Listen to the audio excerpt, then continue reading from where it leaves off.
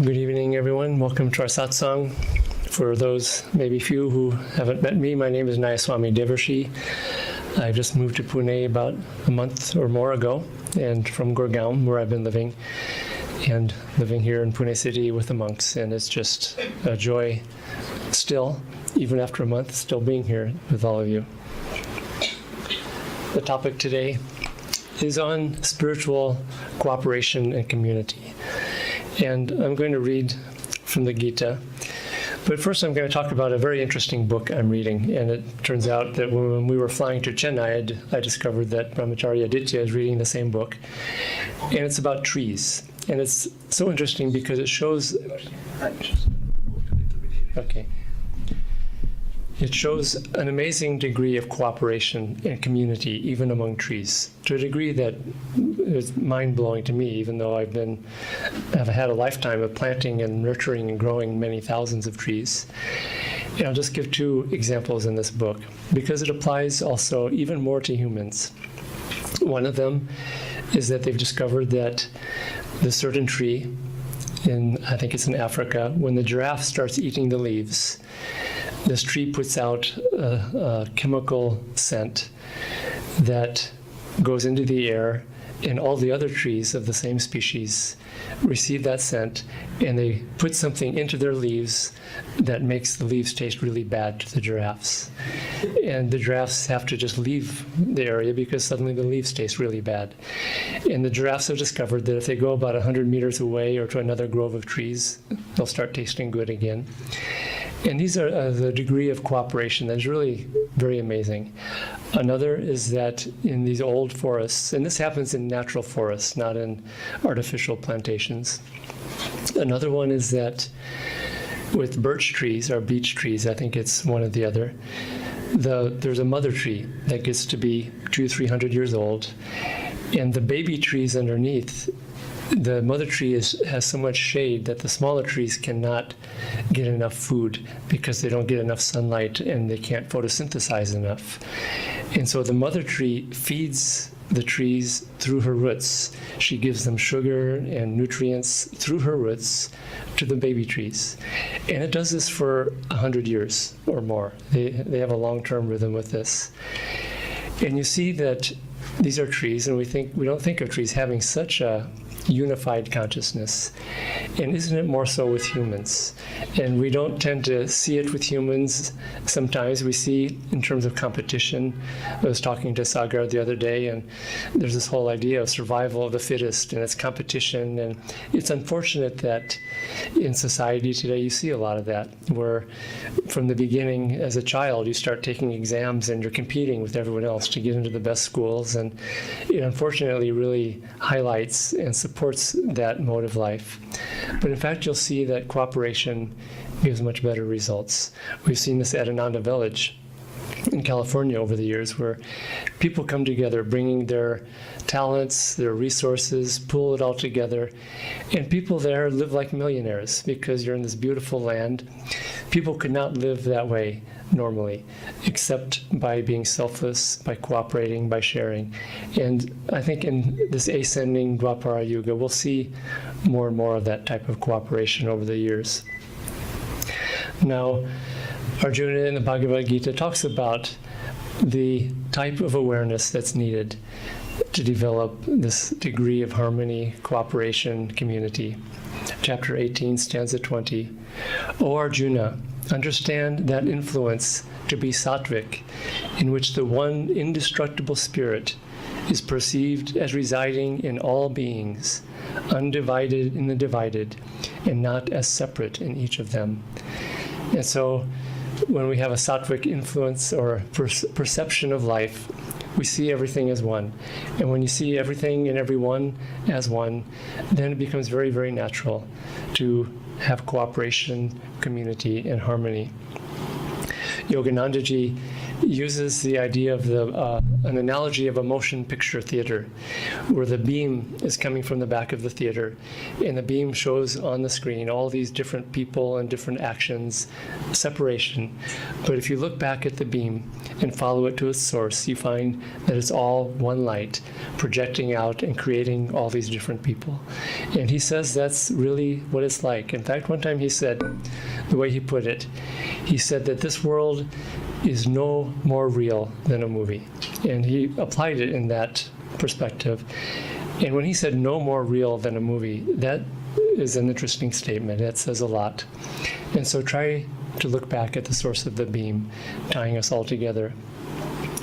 Then he talks about the Rajasic way of perception. That influence, on the other hand, which is based on seeing the multiplicity of beings as real in themselves, is by nature Rajasic. And then Tamasic, finally, is not seeing any of these things. So, thanks. I don't think I'm ever going to get used to the heat, and I'm so happy to be out of Gurgaon and here in Pune, because you can see that I would probably die there in another year in Gurgaon. So, the people here are warmer, but the weather is a little bit cooler. So I'm thankful for both, actually. So now, I shared a little bit about this before, but my first steps on the spiritual path were actually running away from people, cooperation, community. I decided that the way to find God was for me to become a hermit. And I went up into the mountains of California. I would bring food for several weeks of living, and I would see not a soul for weeks at a time. I would see only the creatures of the forest. And it was, the approach was, I went all in that direction. I had really long matted hair, and I would sleep under the stars. And just to give you an idea of how far I went with this, one morning I woke up, and I would sleep under the stars even when it was freezing. It was below 0 centigrade, so I would have a warm sleeping bag. And one morning I woke up, and there was something tugging on my hair, just pulling on my hair and pulling, and I felt very secure. I wasn't alarmed because I was a child of nature, and everything was my friend, and the birds and the animals were all my friends, and there were no people, and I didn't know what it was. And as I woke up, I finally pulled myself out of my sleeping bag, and there was 2 tiny little birds that were inside my hair. I mean, because my hair was really wild, and they were inside, and they were tangled up in my hair, and they were trying to get out of my tangled up hair. And I think they thought it was some good nesting material, which is how they got in there, because it was pretty unkempt. And I saw God in birds, in trees, in nature, but it was difficult for me to see God in people. But I had a strong intuition, and this step did give me the insight as I was meditating one day to realize that I needed to be in a community of other seekers. And I had no idea what that meant. It just came to me as I don't know if I want to call it a vision or an image, but I trusted it. And at that time I couldn't, Google was about 25 years away from being born, and you just couldn't find a community of spiritual seekers. It took me about a year, and I found Ananda Village. And the first time I stepped foot there and I met the people, I realized, yes, this is what God and the Guru were guiding me towards. And I felt completely at home there. But even then, this thing of people got in my way. And it was just a mental thing. I thought people were an obstruction on the spiritual path because of their emotions and their energies, and I needed to be self-contained and everything. And I knew this was a delusion. And so I tried to find a way to get out of that delusion. And I discovered a very simple way to do it that was very liberating. I had a very old book of Yoganandaji's with some affirmations in it. And there was an affirmation I realized this is going to help me. And I started repeating it every day, all day long, for about a year. And this affirmation was, I will radiate love and goodwill to others, that I may open a channel for God's love to come to all. And not only did I affirm it, but when I would see people, I would send energy. And I discovered over time that far from being a hindrance on the spiritual path, that people were actually a great blessing and benefit, both what they were able to give to me, but also in the sense of being able to give to others, because we have to get out of ourselves. Swami Kriyanandaji said something very interesting once. He said that people would thank him all the time for his lectures and talks and building communities and his books and his music. And he said, no, I thank all of you, because of the opportunity. If you were not here receiving and drawing on what I have to give, I would not have the opportunity to share, to serve, to grow in what I am doing. And so it's a mutual thing of people feeding each other when there's a sense of, as Krishna says, this unifying consciousness and reality that unites all of us in the end. So Yoganandaji actually said, he called this the social way to omnipresence. And it's interesting the way he put it. He put it twice in two different ways. He called it the social way to omnipresence and the social way to, how did he put it? I'll read what he said, actually. The social way of attaining cosmic consciousness, which is really amazing. He didn't say that the social way is sort of, well, if you can't meditate, if you can't do this, you can do the social way. And he didn't mean socializing, unless maybe socializing after our satsang here in Pune. He meant giving and serving to others. And this is how he put it. He said that the social way to attain cosmic consciousness is to expand the germ of divine love within the soul. When the ego begins, through practical sympathy, to feel itself in other bodies, it begins to regain its forgotten omnipresence.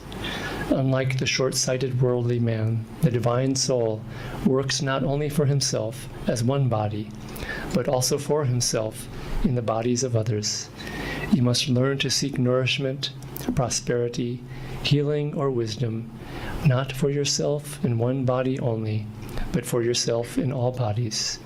This is the social way of attaining cosmic consciousness. And just one phrase that he puts in there that's very interesting, through practical sympathy, because this isn't just a vague philosophy of loving others and being kind to them. It's finding ways to help others, practical sympathy, of serving others and giving to others.